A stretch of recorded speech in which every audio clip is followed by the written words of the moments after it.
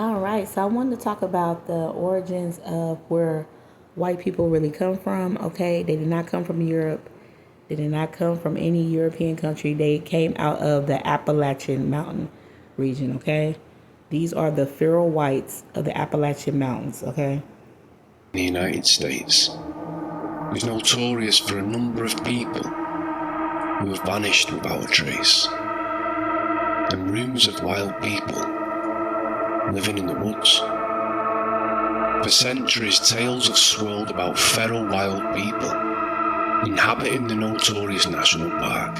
Dozens. yeah. So these are basically the people that white people descend from, and this is the history they're lying to us about, and the history they're ashamed of, and the history they're trying to cover up. They come from feral wild whites from the Appalachian who were inbred, who cannibalized people. Of sightings claim these cannibals dwell in the remote part of the Appalachian wilderness, allegedly descended from the Civil War deserters living cut off from society. Given the huge vastness of the trail, which spans over 2,000 miles in over 14 states, it's very easy to lose your bearings and seemingly become lost. Yeah, and as you can see, it spans over 14 states. It spans literally right over where the colonies are located. So that proves that they literally just came out of the mountains and established the colonies through colonization and basically taking over the so-called black people's territories. Back then we was called American Indians. And that's pretty much what happened. Okay? Stories claim that the wild people of Appalachia that live deep within the cave system and appear inbred, with very noticeable deformities, and scarily, they speak their own language, which... Yeah, and if y'all can see, this is so funny, like all these men look like Abraham Lincoln. appears to be a series of clicks and barks. They've never had any interaction with the outside world, much like what we see with hunting tribes today. They're extremely agile and can run throughout the Appalachian wilderness with ease, almost like what you'd expect from a wild animal. Over the years, these alleged accounts have inspired movies, and also YouTube channels which are dedicated on the subject, as well as TikTok accounts blowing up online. Are the Ferrel people of the Appalachian Mountains responsible for the disappearance of Dennis Martin? With alleged wildman encounters, and at the minute, the wildman phenomena seems to be at an all-time high. I don't know what to do because I'm really scared I'm gonna pass out. But I see a road below me that I've been able to hear for a while, and I'm thinking about going to... And this is so hilarious because I don't know if they're playing a game, but basically you scared of yourself. But now they're acting like they're so scared of cannibals when they themselves have a history of being cannibals. On top of these are the people they descend from. It's so hilarious. The road, but I also don't want to get off the trail in case I pass out. They won't want to find me.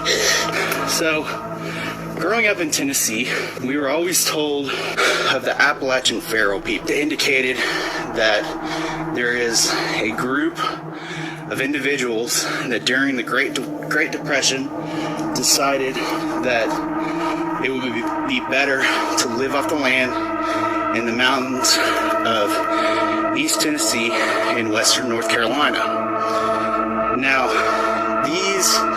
this group of feral people, is what they're called, have been known to have cannibalistic tendencies. There was a famous case of a boy with his last name was Martin, that went missing. His disappearance affected the community so much that the United States government actually brought in the Green Berets to search for him. So when the Green Berets went into the mountains to search for this missing boy, they apparently had come across these individuals. Now this is so crazy to me. It's literally a book. I think it's called A Delectable Negro, and it literally talks about how when so-called black people were in bondage, that they would literally pour seasoning and broth and stuff on our wounds, like literally seasoning the bodies. And yeah, they cannibalized so-called slaves, like they ate slaves. So it's like they're trying to make it like they're so different from these people that live in the woods, and they literally have a history of doing the same exact thing. Literally, Jeffrey Dahmer comes from these people. They all come from these people, and he literally ate 16 people. Like, this, it's cracking me up. Like, you're scared of yourself, sir? On June the 14th, 1969, 7-year-old Dennis Lloyd Martin went camping with his brother Douglas, his father Bill, and grandfather Clyde in the Great Smoky Mountains National Park. The Martin family were accompanied by some friends of the family. And you know, they might actually, you know, some people know their real history, and some of them probably don't know their real history. They probably don't know that they were cannibals and that they also themselves ate people, because either this is a good act they're putting on, or they truly don't know their history. Maybe this history wasn't taught to them in schools. But yes, if you actually go look up in history, they were eating people as well. They was cannibalizing people as well. So it's like, how are you different from the people that's in the woods, the ones that stayed behind? Because they probably were so inbred they couldn't fit in with regular society. And their 2 younger boys later on. Late in the afternoon, the boys from the 2 families were playing hide and seek in a grassy area of Spence Field, and planned to sneak up and scare the adults. Douglas and the other boys went south, and Dennis went northwest, towards the Appalachian Trail, and disappeared into the forest. A few minutes later, the boys jumped out of the woods, but Dennis was nowhere to be seen. I mean, and that's another thing that show you these people are from there, because most people would not just want to be up in the woods for no reason playing hide and go seek. Like, why are y'all in the woods? Just to be in the woods. Because that feel like home to y'all. Like, the average bland person love hiking in the woods, because that's where they're from. And like, wow, can you talk about not caring about your child? Like, who just let their child run all over the woods and don't make sure they're okay? Like, that's crazy. Between 3 and 5 minutes had passed, without anyone spotting or hearing Dennis. At this point, his father Bill began calling out, and Bill followed the trail west for about a mile before heading back. But no sign of Dennis at all was found. Whilst the boy's father was making his journey, the grandfather Clyde made his way back down Anthony Creek to Caton's Cove, a distance of roughly about 8.5 miles. He reached the ranger at the station shortly before 8:30 p.m.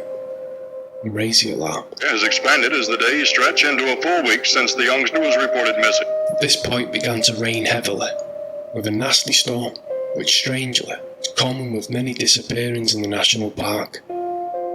Bad weather seems to hit immediately after some sort of tragedy. This hampered the rescue efforts, and especially for the sniffer dogs. Specialist search began looking for Dennis in the following days. The police, FBI, and strangely enough, the Green Berets were brought in unexpectedly. But they had little or no contact with the core group, which gave a sense of something unsettling, and possibly knowing that there was a deeper and darker twist behind this story. The search group increased to around 1,400 people, and helicopters were deployed at what now seemed to be a race against time. Several more inches of rain washed away any clues. A few weeks after the disappearance, eyewitness Harold Key made a report to the authorities that were searching for Dennis.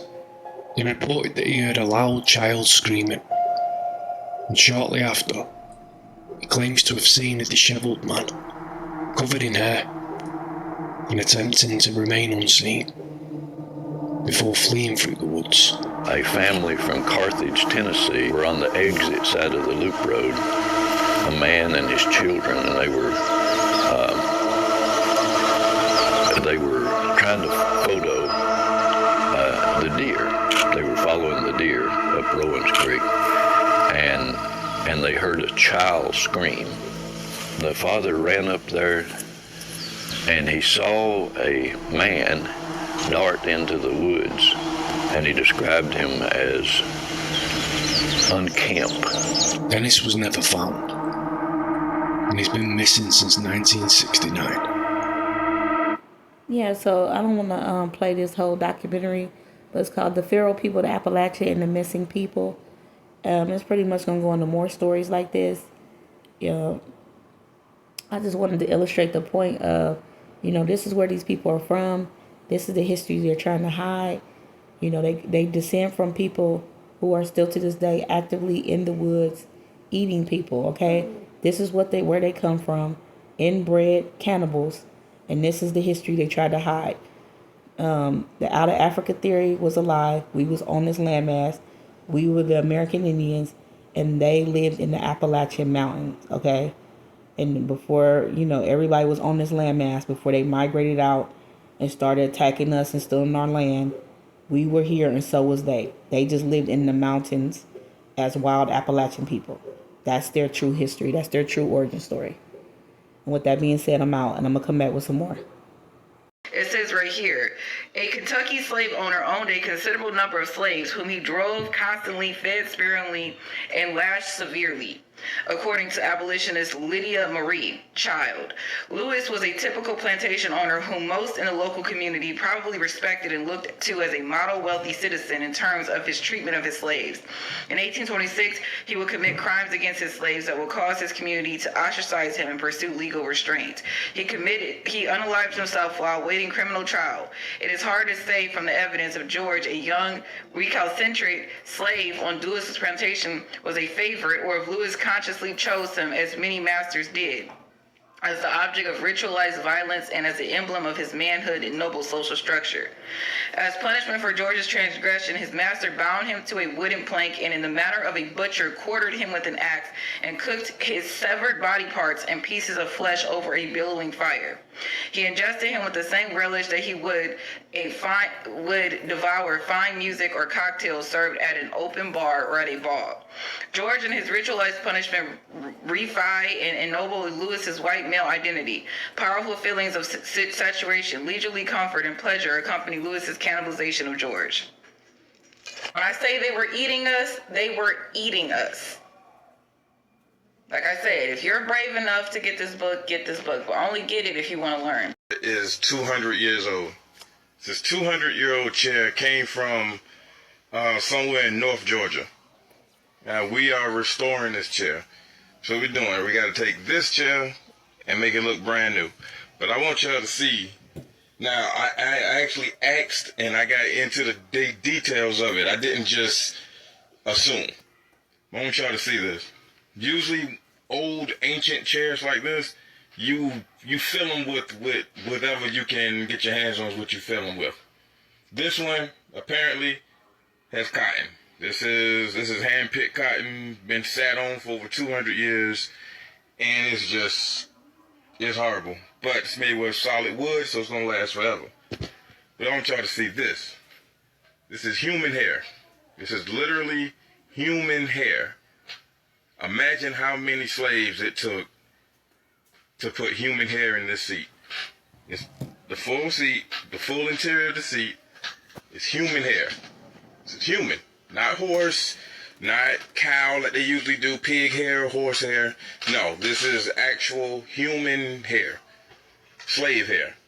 Imagine how many slaves it took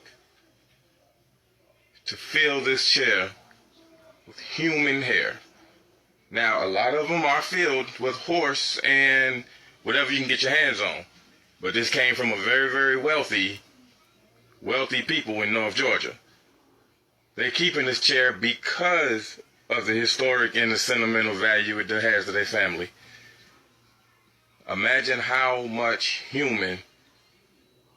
many people it took to put this much hair inside of this chair. How much hair? I want y'all to think about that when you stand up for your flag and all that, and you a true American today. how many humans did it take to cut and put in this chair? That's a lot. Think about that. White people were eating their slaves. In honor of Black History Month, let's talk about history that doesn't make headlines. Mainly because we got idiots like this trying to whitewash history. In 1800, President John Adams took up residence in what was then called the Executive Mansion. It was only later on they named it the White House. Slaves that worked there were well fed and had decent lodgings provided by the government. One of the most famous cases of this is Nat Turner, a man who led one of the largest slave rebellions of his time. Turner was eventually caught and he was flayed, and they used his skin to make a coin purse, while his bones were divided out as trophies to be passed down as heirlooms. And lastly, what was left of him was turned into grease. Slavers at the time described black people as seasoned, as all food should be, and more seasoned potentially meant more money when selling them at auction. Slavery in its entirety was cannibalistic. They cannibalized their lives, their souls, and yes, even their bodies. My goal for this knowledge is to be used as a tool or a weapon to fight back against these narratives. The narratives that they were well fed, had a roof over their head, or they didn't have it that bad. Because you will always have people like Bill O'Reilly in this clip that are trying to whitewash history. Talk about it. So for like a long time, I've always heard that white people came from the Caucasus Mountains. So I looked up the Caucasus Mountains because I wanted to know where it was, what was going on over there. You know, I was doing my research. So upon research, I figured out very quickly that Caucasian people and white people are two very different ethnicities. So the places that are in the Caucasus region, or the Caucasus Mountains, is Armenia, Azerbaijan, I'm not sure if I'm saying that correctly, but that is considered northwestern Iran, Georgia, because Georgia is a country, and Russia. So those are the 4 countries that are in the Caucasus regions and the Caucasus Mountains. And a few of the ethnic groups that lived there were the Turkish, the Greeks, the Romas, which is the Gypsies, and the Kurds. And then they have a group over there called the Turkic Caucasians. And I don't want to hear nobody saying that I'm making nothing up, so I'm about to read this. This is what it says. The term Caucasian is often used to refer to people of the European origin. Okay? That is what it says. And the European origin means that people originating from Europe, the Middle East, or North Africa. Keyword originated from. So if you were born here in the United States, you're just white. Many people in the U.S. do not have ancestral ties to the Caucasus region. So yeah, stop believing everything that everybody tells you, because it's not always true. You have to look stuff up and do research on your own.